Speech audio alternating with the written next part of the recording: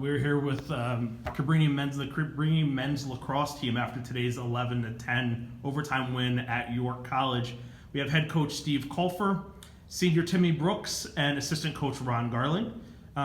Coach Colfer, why don't we start with an opening comment for you? Tremendous game, exciting. One of them, probably the most exciting game I've ever been involved in as a player or as a coach.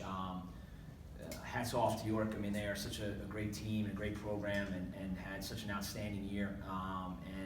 They played really hard and had put themselves in a position in overtime to win the game. So Coach Childs and their players, they do a tremendous job here. Very proud of our guys to be and our program to be involved in a game like this and to put ourselves in a position to be here, but then also have a chance to win the game. So, I've been on the other end of it, and I know the heartache and the loss and how long it stings. And this feels pretty good right now. But like I just told the guys, we have to have a really good Wednesday night, Thursday, Friday, and Saturday to give ourselves a chance to continue to try to put ourselves in a position on Sunday to be 1-0. And that's really what our mantra has been all year, and will continue to be. So we're excited about the opportunity, and proud of our effort tonight. Looking forward to what we know will be another extremely tough and hard matchup with a great Salisbury team. So. Timmy, can you talk about what it means coming off injury, being able to get out there and be a part of the squad here tonight? Yeah, it's awesome. I mean, it's fun. It's what we all love to do, is get in the game and play. And injuries happen, and it's part of the process. And I think for me, looking to add value in any way I can has always been a goal of mine. So, we took 11 goals to win. I only scored one of them. So there's a lot behind, other than just my goal, that contributed to our victory. When you play on the extra man unit, obviously, I feel like there's a lot of pressure to try to take advantage of that opportunity that you have. Walk us through the situation tonight on scoring your goal. Well, they were in a 5-man, so we kind of knew what we were looking into, and usually a lot of my shots come from skip passes, and they were a little tighter than normally. So I kind of have benchmarks in my head of where I'm standing on the field, of how far, what's acceptable to shoot. Ball came my way, they rotated a little bit, and I just kind of let one go and it hit the corner. Yeah, I mean, it was the only man up we had of the night, so it was opportunistic to say the least. I thought the game was pretty clean on both sides. There wasn't a lot of calls that I thought were left on the field. So, in halftime, generally speaking, we saw tonight possession, get that timeout right away. So York with the first, I believe, had the first timeout on that defensive timeout, we'll call it. Yeah. Take us in the huddle. What are you going over in that type of situation? I'm going to throw it over to Coach Garling, there we go. Defensive coordinator. There we go. We'll let him. I'm the assistant defensive coordinator, so I just kind of stay quiet. It's really going through, what we think York was going to run, knowing their strengths and trying to be able to take those away. They had a lot of really good, really talented players that can do a lot of good things, and we're just trying to make sure that our D guys, know what we're giving up, as opposed to what we're going to try and take away on that end. Because if you try and worry about everything that they're going to do, you're going to be scrambling, running around, and they're going to be letting the ball fly, all game long. So we try to really focus in on, hey, here's what's coming at you. Here's where we're going to be strong. Here's where we might be a little bit weak, but we're going to trust in our goalie to make a save, which Riley obviously did a really good job. And every timeout you're trying to figure out what's coming, and really we guys were just dialed in with what we were trying to do. And there's a ground ball right there in front of the goal, and Bobby Cressman, who gets ground balls and all day, every day in practice, and begs for more reps and begs for more practice. I mean, he's the kid that wants to stay on the field. I mean, we talk about these kids and you hear stories about these kids, but like, he will sneak into drills and he will sneak in to get extra reps, and he never wants the offense to be lazy off the end line because he's afraid of Coach Garling blowing the whistle and say, change the date, and he gets the offense, implores them to pick the ball up and get it going in practice because he knows he gets to play more. That's a throwback kid. That's old school throwback. And for the ball to be there in front of our goal in overtime, and for him to scoop it up and make a play and get out of there with it, is Bobby in a nutshell. So 100%. What you were trailing 7-3 at the half.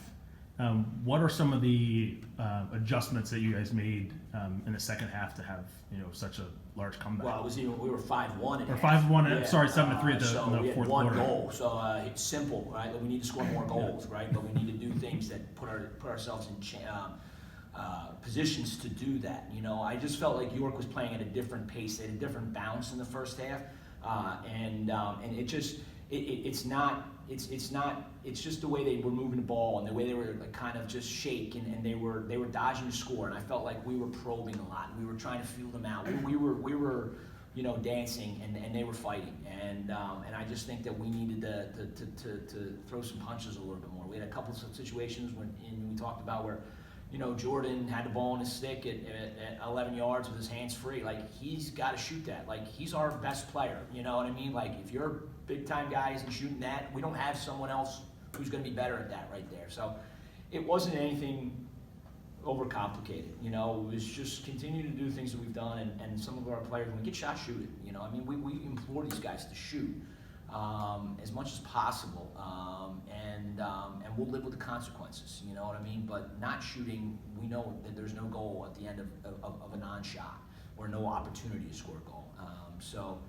I mean, it wasn't too much, and like I said, we want to be 1-0, and at 5-1, you still have the right and the ability to be 1-0 that day. Like, it didn't change anything. So I think they understood that, appreciated it, and played a little bit. And we didn't, in the first half we failed 5 clears, when we looked at the stats. And in the second half, when I'm looking at it, we failed 1 for the entire second half. And we were perfect in 2 of those quarters, overtime and the fourth quarter. We were 4 for 4 between those 2, so that's huge. Credit to York for a really effective ride and those traps they were running in the middle of the field. We thought we had it well scouted, but they got us to run the ball into some bad spots, and they took advantage of it. So, Coach, I know you preach the 1-0 day, yeah, and that type of mentality, but this is a new territory for this program, and you guys never been to a national semifinal. Just tell me the excitement in the locker room after that. it was exciting. I mean, I think we're as excited in that locker room if that game happened in March, just because of the way it happened. You know what I mean? Like, you come back, you give up the first face-off in overtime, you make a stop, you go down, you call a timeout, and the play that you draw up absolutely doesn't happen, and the guy who's probably, no offense to Mike Gertz, the 6th option there, hits a dive. Probably no one's been railing more against the dive than me as a head coach this year. I don't really like it, but now you're telling me I get to go to a Final Four because of it. I'm in a very peculiar position. That's a crazy scenario, right?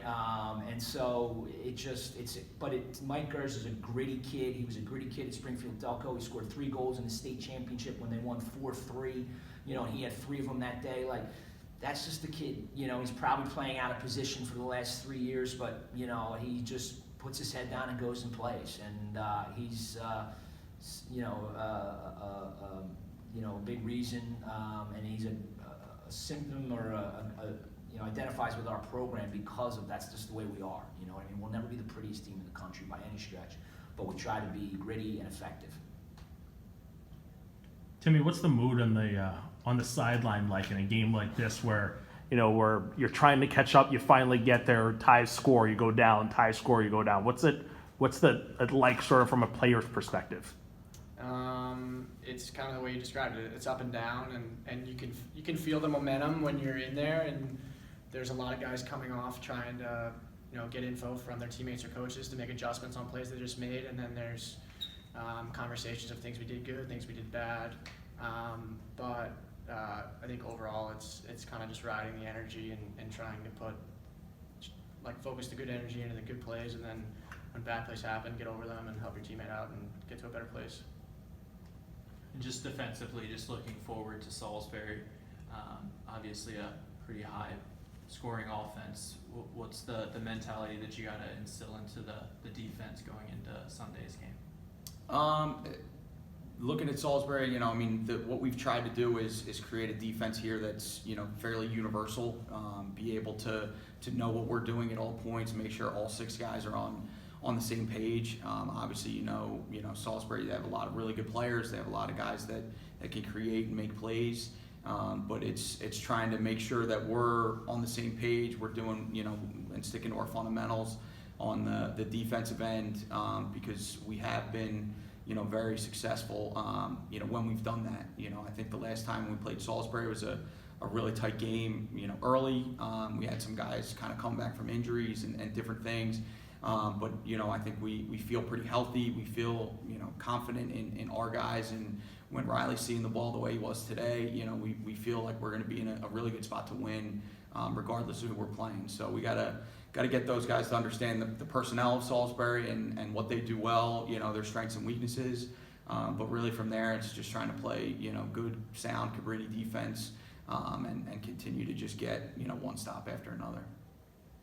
And that's why I brought Coach Garling. I know I'm supposed to bring players, but it's hard to bring 12 defensemen in here. I don't think we'd all fit, that unit. But they have been playing sound lacrosse.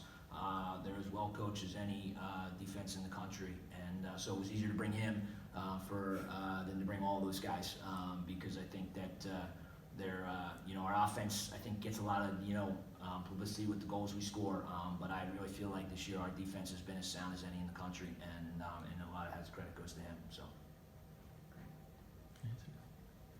Thank you very much, gentlemen. Congratulations, and good luck on Sunday. Appreciate it. Thanks, guys.